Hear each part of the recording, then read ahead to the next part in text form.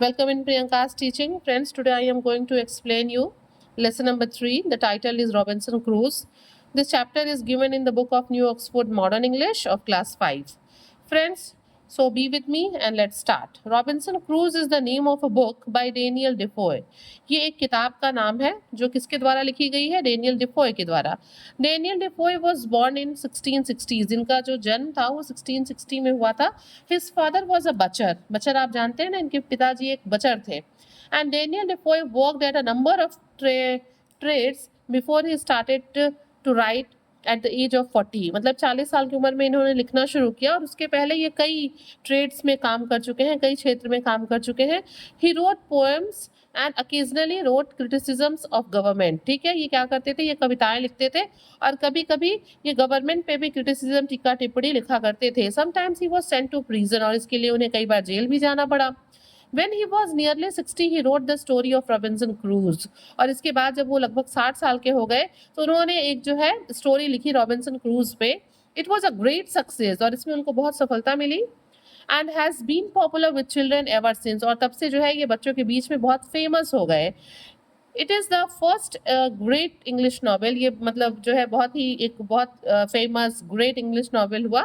In this short piece from the book Robinson Crusoe tell us how he became shipwrecked. और यहाँ पे जो है इस चैप्टर में हम पढ़ेंगे कि कैसे जो है उनकी जहाज जो है वो क्या हो गई, समंदर में जो है खो गई, डूब गई और किस तरीके से वो उससे निकले. We started off on the voyage in good weather, although it was very hot. ठीक है, यहाँ पे रॉबिन कहते हैं, ऑथर कहता है कि हम यहाँ पे जो है एक बहुत बड़ी समुद्र की यात्रा, वोएज मीन समुद्री यात्रा के लिए निकले. और जब हम निकले तो मौसम अच्छा था, चूंकि गर्म था बट मौसम फिर भी जो वेदर था वो ठीक था. After about 12 days, however, a violent tornado came from the north. और वो कहते हैं कि हमारी यात्रा शुरू होने के बाद 12 दिन हो गए थे और क्या आया? एक बहुत ही वायलेंट, एकदम जो है हिंसक टॉर्नेडो, मतलब एक खतरनाक तूफान जो है वो समंदर में उठा नॉर्थ डायरेक्शन से. The waves rose high and skies were black. जो लहरें थी वो बहुत ऊंची ऊंची उठ रही थी, जो आसमान थे वो पूरे काले हो गए थे. And the wind howled through the sail. और ये जो हवा थी वो क्या कर रही थी? बहुत ऊंची ऊंची उठ के जो है टकरा रही थी आके जहाज से. ठीक है, 2 members of crew were washed overboard. क्या हुआ? जो हमारे क्रू मेंबर्स थे उसमें से 2 लोग तो जो है वो पानी के वेव की वजह से वो क्या हो गए? वो जहाज पे से ही वॉश ओवरबोर्ड हो गए, वो जहाज पे से ही उड़ गए, मतलब कह सकते हैं पानी के साथ बह गए. एंड आफ्टर अ डे और 2 the ship began to leak. और एक ही 2 दिन के बाद क्या होने लगा? जो शिप था उसमें लीकेज हो गया. We changed our course. हम लोगों ने अपना रास्ता, अपना डायरेक्शन चेंज किया. And drove out of the ह्यूरिकेन.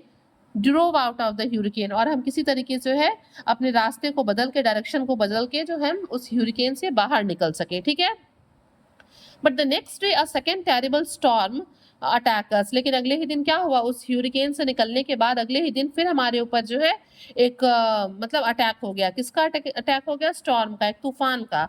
We could see the shore of some unknown land. हम लोग को जो है एक अननोन लैंड, भाई हम लोगों ने रास्ता चेंज किया था, हम रास्ता भटक गए थे, नए जगह थी, तो हम लोग को एक अननोन लैंड दिखाई दे रहा था. But the sea was very rough, the rain dash down and we were afraid to approach close to the land. वो कह रहे हैं कि जो समंदर था वो इतना भयानक था, उस टाइम इतना पानी था, इतनी जोर से बारिश हो रही थी कि मतलब हम लोग को लग रहा था कि हम लोग कैसे ही जो है अप्रोच करेंगे, कैसे ही उस अननोन लैंड तक पहुंचेंगे.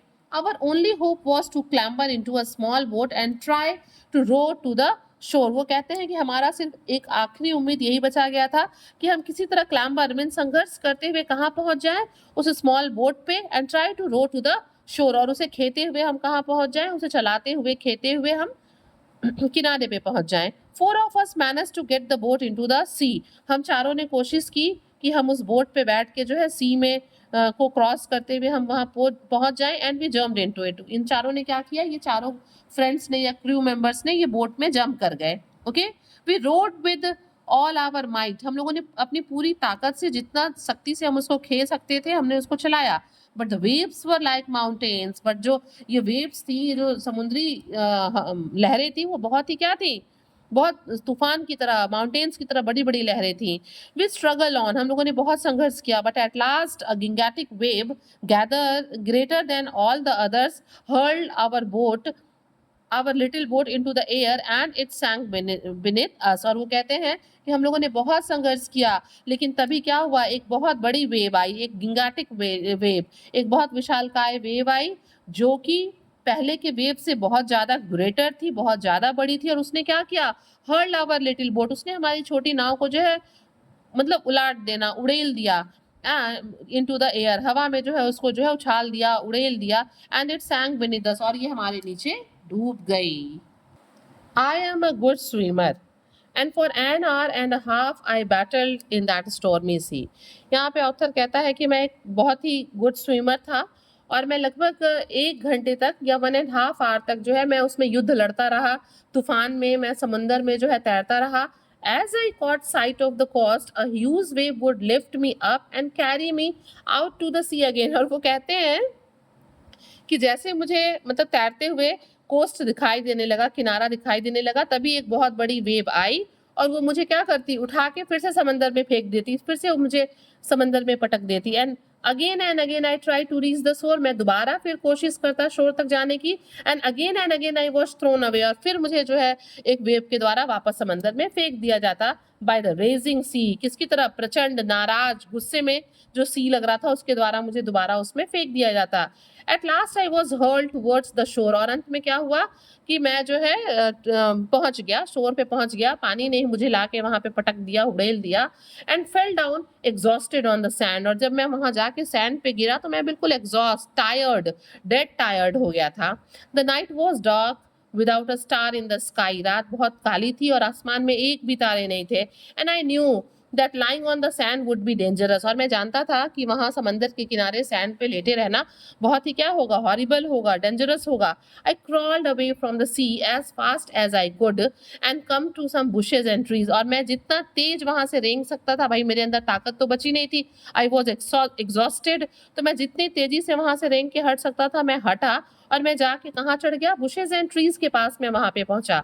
I did not know what wild animals there would be in the forest, so I climbed up one of the trees and made myself comfortable between two great branches। और वो कहते हैं कि मुझे तो बिल्कुल ये पता नहीं था कि वहाँ कौन कौन से वाइल्ड एनिमल्स है, और मुझे पता था कि एनिमल्स तो ज़रूर होंगे, इसलिए मैंने खुद को जो है सेव करने के लिए मैंने क्या किया, मैं जो है कुछ पेड़ पे चढ़ गया और अपने आप को 2 डालियों के बीच में थोड़ा सा कंफर्टेबल फील कराया। There I slept the night as well as I could, और वहां मैं उन डालियों पे पूरी रात सोया, जितने अच्छे से मैं सो सकता था उतने अच्छे से मैं सोया। In the morning I looked out across the sea, और सुबह के समय मैंने क्या देखा, मैंने समंदर की तरफ देखा, ठीक है।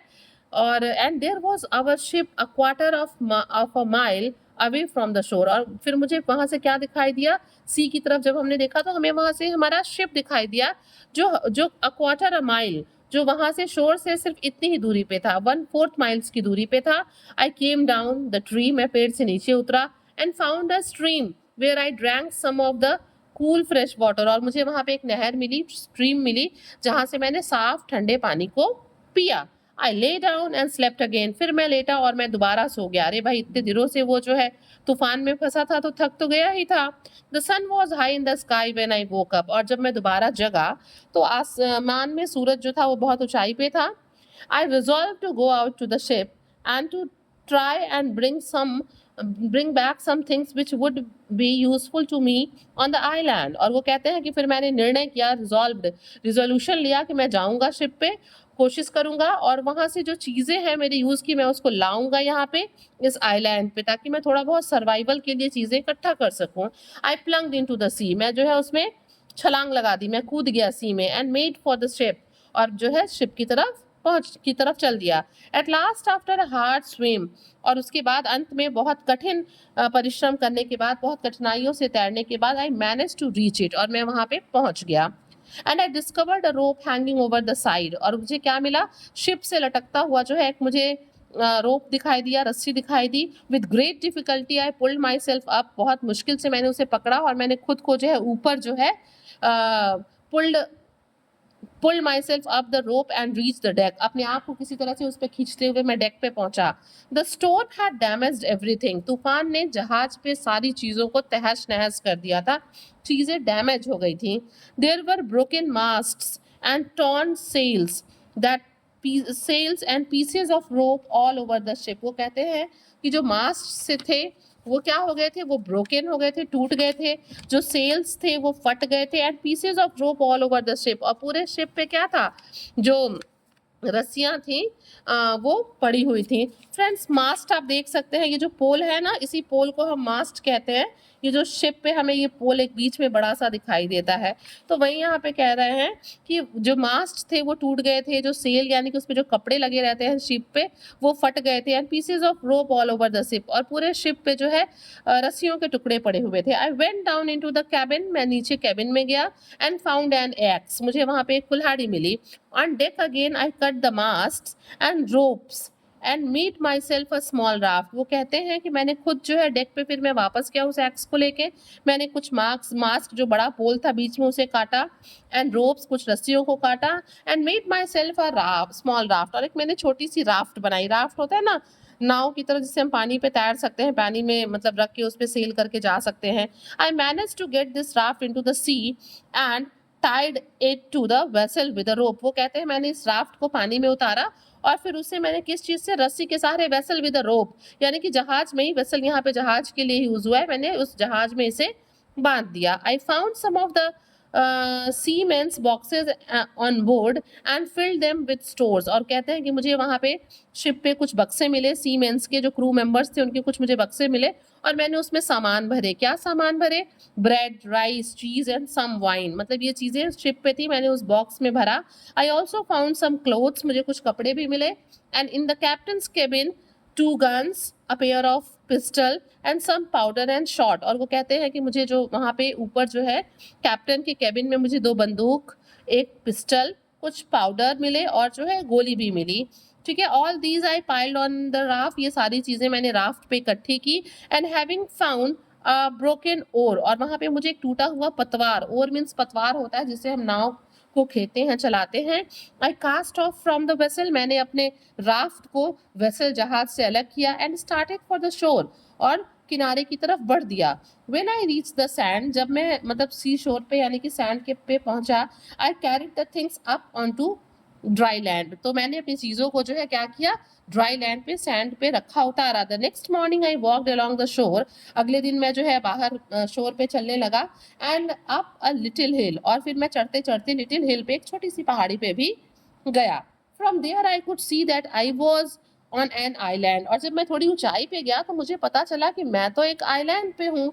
I was a prisoner without a friend in the world, मतलब मुझे ऐसा फील हो रहा था कि मैं कोई कैदी हूँ जिसका यहाँ पे कोई friend, actually he was alone there on that island, and that is why he was feeling himself as a prisoner without any friend, relative and anyone else। there was no one living on the island but wild beast। वो कहते हैं कि मतलब मेरे अलावा वहां पे कोई दूसरा ह्यूमन बीइंग नहीं था, बस वहां पे वाइल्ड बीस्ट यानी कि जंगली जानवर थे। The next day I went back across the sea, अगले दिन जो है मैं फिर वापस सी में गया, and brought more stores from the ship, और वहां से कुछ और भी सामान लेके शिप पर से आया। एवरी डे आई टॉयल, प्रत्येक दिन मैंने बहुत कड़ी मेहनत की। I brought tools, wood, rope, nails, sails and clothes, guns and ammunition and sugar and flour and bread, और वो मतलब जो भी चीजें शिप पे थी, चाहे वो टूल्स हो, लकड़ियां हो, रस्सियां हो, कांटी हो, सेल्स यानी कि वो कपड़े हो, पहनने वाले क्लोथ्स कपड़े हो, बंदूक हो, या फिर कोई गोला बारूद, एम्यूनिशन मीन्स गोला बारूद हो, शुगर यानी कि चीनी, फ्लावर मीन्स आटा, एंड ब्रेड यानी कि कुछ ब्रेड हो, मतलब whatever things are available on the ship he carried them okay with himself। in one of the wooden boxes I found gold and silver coins। एक बक्से को जब उसने शिप पे खोला, जो किसी शिपमैन यानी कि क्रू मेंबर का बॉक्स था, तो उसमें उसको क्या मिले, गोल्ड एंड सिल्वर कॉइन्स मिले। The sunshine made them sparkle, और जब सूरज की रोशनी उस पे पड़ रही थी तो वो सारे सिक्के बहुत क्या कर रहे थे, they all were glittering in the sunshine, means वो सारे सिक्के जो है उस धूप की रोशनी में, सूरज की रोशनी में बहुत तेजी से चमक रहे थे। What use are you to me I asked, और तभी जो है वो कहता है कि मतलब क्या यूज है तुम्हारा। Think friends, gold coin, silver, पैसे, ये सभी लोग चाहते हैं, but in that circumstances things are not valuable for the man, ठीक है। उस परिस्थिति में आदमी के लिए उन सिक्कों का कोई वैल्यू नहीं था। वो कहता भी है कि इस टाइम इन पैसों का मेरे लिए क्या यूज है। Everyone in the world desire you but me, और वो कहता भी है कि इस दुनिया में सब चाहते हैं कि ये पैसे, ये सोने चांदी मेरे पास हो, बट इस टाइम मेरे पास इन चीजों की क्या ही वैल्यू है। When I got back to my island, जब वापस मैं आईलैंड पे गया, I notice that sky was black. मैंने नोटिस किया कि ये जो स्काई है वो फिर काले हो गए हैं। Great clouds rolled up from the west, और जो पश्चिम की तरफ से जो है काले बादल फिर से रोल कर रहे हैं, आ रहे हैं, घिर रहे हैं। द रेन पोर्ड डाउन, और बारिश जो है बहुत तेजी से हुई। I saw the ship out at the sea rise and then sink beneath the huge wave, और मैंने क्या देखा, इतनी जोर से बारिश आई, इतने जोर से लहरें उठी कि जो शिप थी वो पहले ऊपर उठी और उसके बाद से फिर वो नीचे डूब गई एक बहुत बड़े से वेव में, लहर में। During the next few month I busied myself in making a house with a strong stockade around it, और वो कहते हैं कि अगले कुछ महीनों तक जो है मैं बहुत बिजी रहा, किस चीज में, घर बनाने में, और एक स्टॉकेट मतलब एक भंडार गृह बनाने में मैं बहुत बिजी रहा। I use one of the sails from the ship for the roof, मैंने जो कपड़े ऊपर लगे होते हैं ना उसमें, मास्क में, उसे सेल्स कहते हैं। तो यहाँ पे वो कहता है कि मैंने सेल्स का यूज करके जो है रूफ मतलब उससे छत बनाई। I cut down tree trunks and carried them to the house, मैंने ट्री ट्रंक्स को काटा पेड़ के और मैं उसको जो है लेके घर में आया। And slowly build a strong stockade to keep out wild animals, और उसके बाद मैंने एक बहुत ही स्ट्रॉन्ग स्टॉकेट बनाया ताकि वाइल्ड एनिमल दूर रह सके। The months passed in hard work, बहुत कठिन परिश्रम करते हुए महीनों गुजर गए। And one day I set out to explore the whole island, और मैंने क्या किया, इतने दिनों में मैं पूरा आइलैंड एक्सप्लोर कर लिया, घूम लिया।